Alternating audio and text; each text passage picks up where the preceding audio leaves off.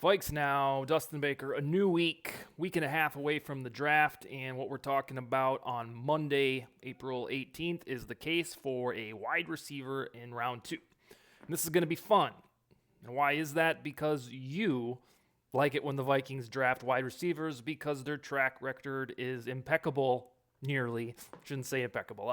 Pretty damn good in drafting wide receivers, from Randy Moss, Percy Harvin, Justin Jefferson. The Vikings do a very apt job about drafting wide receivers, particularly in the first round. But in general, Stephon Diggs, undrafted Adam Thielen, boom, boom, you get it.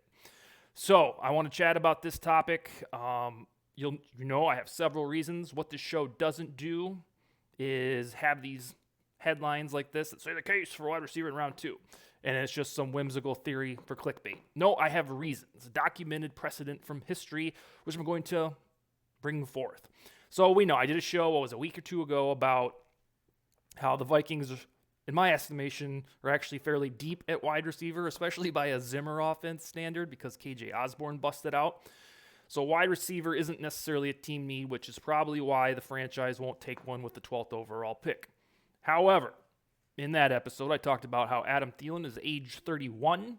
For some reason, there's some folks that think he's like 33 or 34, and that ain't true. It's flat out false. It's bullshit. He is 31, going to be 32. Regardless, that means he's ending the near of his folklorish career in Minnesota State, born in the state, plays for the pro football team in the state. That's coming to an end, and you're going to have to just process that because it won't last forever. It never does in sports. But for his age and just the way that players tend to fall off in their mid-30s, it's coming for Thielen. And that could happen this year. It could happen in 3 years. But it's on the way. So if new general manager Kwesi Adofo-Mensah wants to prepare for that inevitable, stare down at the cliff, then Thielen starts to go down it. Now isn't the worst time in the world in a fat-ass WR draft class right now. There's so many of them that are so good to explore it. Now, it probably won't be in round 1. There was a tweet yesterday from Tyler Forness of NBC Sports. That man diligently tracks mock drafts from the Vikings. And out of 104 mock drafts, I believe he said, in the last 10 weeks, 101 of them have the Vikings selecting a defensive player. Only 3 have them going offense. So that doesn't mean that, that's gospel, and therefore Kwesi has to adhere to the mindset of draft pundits. But in all likelihood, the Vikings are going to get deeper on defense earlier on, because just go look at the depth chart. It's pretty darn good on offense. I for the life of me, I will have no idea until my final days, probably even then, how the Zimmer Vikings left the franchise in good shape on offense, but suspect shape on defense. It should have been the other way around based on the way that he schemed and approached football. We digress. In all likelihood, it's going to be a defender. But those mock drafts don't necessarily account for round 2 or round 3. And in particular, we're talking about the case for a wide receiver in round 2. That's more doable. The Vikings need to get deeper, longer term at cornerback, and maybe edge rusher, depending on how long Danielle Hunter and Zadarius Smith stick around. So if we truly adopt this best player available philosophy, they should be looking at a cornerback no matter where they pick. If they stay at 12, they trade back, yada, yada, yada. Defense should be first based on the long-term roster need of these Minnesota Vikings. But in round 2, you can get funky. Especially if you trade back, you might have multiple second-round picks. And second-round picks, just as we talked about, are horrible for quarterbacks. The precedent there are delightful for wide receivers. And in about 8 minutes or so, I'm going to list off all of these success stories in the last 5 drafts of wide receivers in the second round, and it will blow your socks off. Here's the other thing I want you to realize about this. If you're sitting there right now and you're thinking, yeah, we got Jefferson, Thielen, Osborne, Amir Smith-Marset, B.C. Johnson's coming back. We don't need a wide receiver. That is your Zimmer way of thinking permeating your thought process. That's the way we used to do things. You had Diggs, Thielen, call it good. Trade him, we got Jefferson, Thielen, we're fine. That's the way that a defensive coach perceive football. And through osmosis, that might be how you look at the Vikings wide receiving core. The new coach is an offensive savant, and he came from Sean McVay's tree, which is offense, by the way, more offense. So what they want to do is probably get richer wherever they can on offense, because that is what brings to the table. Think about how defense first Zimmer was in 8 years and how often we joked about which cornerback is the son of a bitch going to get this year. You might find yourself thinking, oh boy, what offensive player is O'Connell going to target? Because that's the school of thought he's approaching this thing from. A former quarterback, backed up Tom Brady. You get it. So don't go into any of these drafts or anything anymore with this Zimmer mindset where you're like, well, probably be a defensive guy. Now, they need defense right now, but you should anticipate the enterprise wanting to be richer on offense. So here's what happened with the roster in the last month is thankfully the acquisitions of Danielle Hunter and Patrick Peterson made the team suitable to go into September with a depth chart that isn't panicky.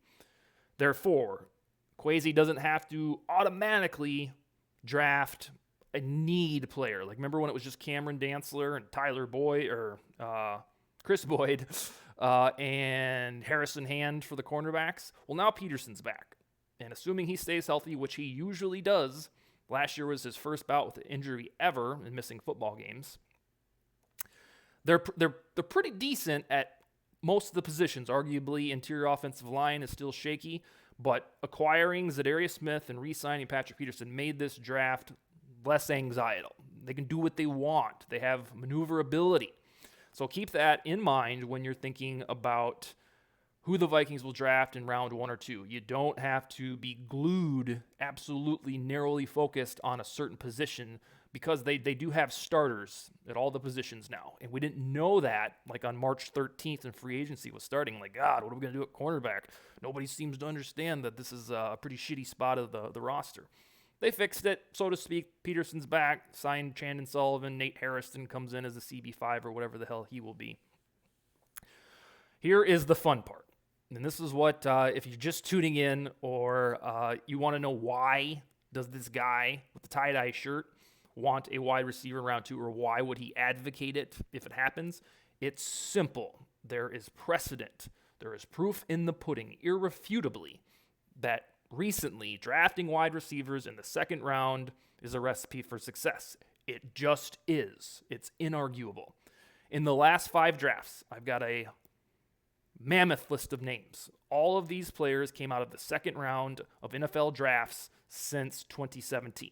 And in no particular order of stardom, I'm going to name them off. Juju Smith-Schuster, A.J. Brown, DK Metcalf, pretty good.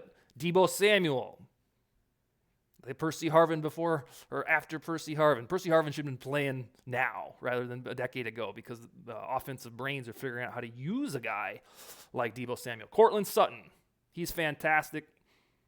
Had poor quarterback play. Still a mountain of a man. Curtis Samuel, injuries, still good. T. Higgins, making a name for himself at Cincinnati. Chase Claypool, the touchdown magnet. And what did he do during the Vikings game? Screwed up the play clock or whatever when they were trying to make a comeback. DJ Chark, if you play fantasy football, you were enamored with him, 2 or 3 years ago. Van Jefferson, upstart dude in McVay's system. And Christian Kirk, the very, very rich other Kirk, that now plays for the Jacksonville Jaguars. And that's not even the full list. Those are dudes I just scraped off of the top of my stat finder as second round wide receivers from the last 5 NFL drafts. That is a bunch of players.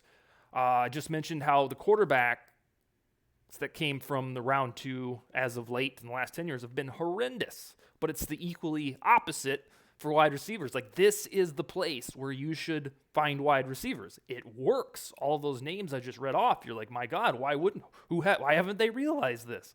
And that's not even the full list. There's other guys in the last 5 drafts from the second round, like Michael Pittman, James Washington from Pittsburgh, and then dudes where the verdict isn't quite out, like Terrence Marshall, Rondale Moore at the Cardinals, Laviska Shenault, who knows if to figure out how to use him. But it's like this bastion of wide receiver talent is being scooped out of round 2.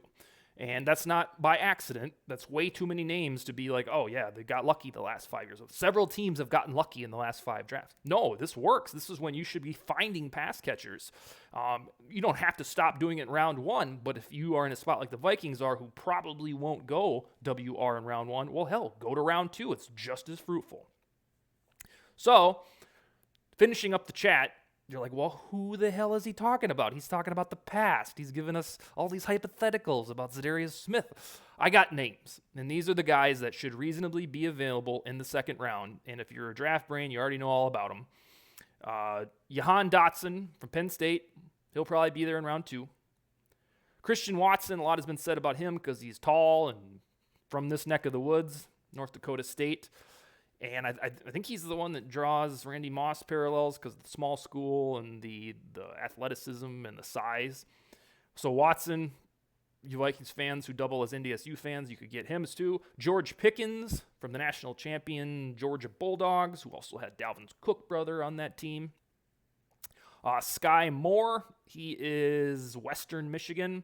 His name pops up in the second round. And then I got to give a shout out. This guy won't go in the second round, I don't think.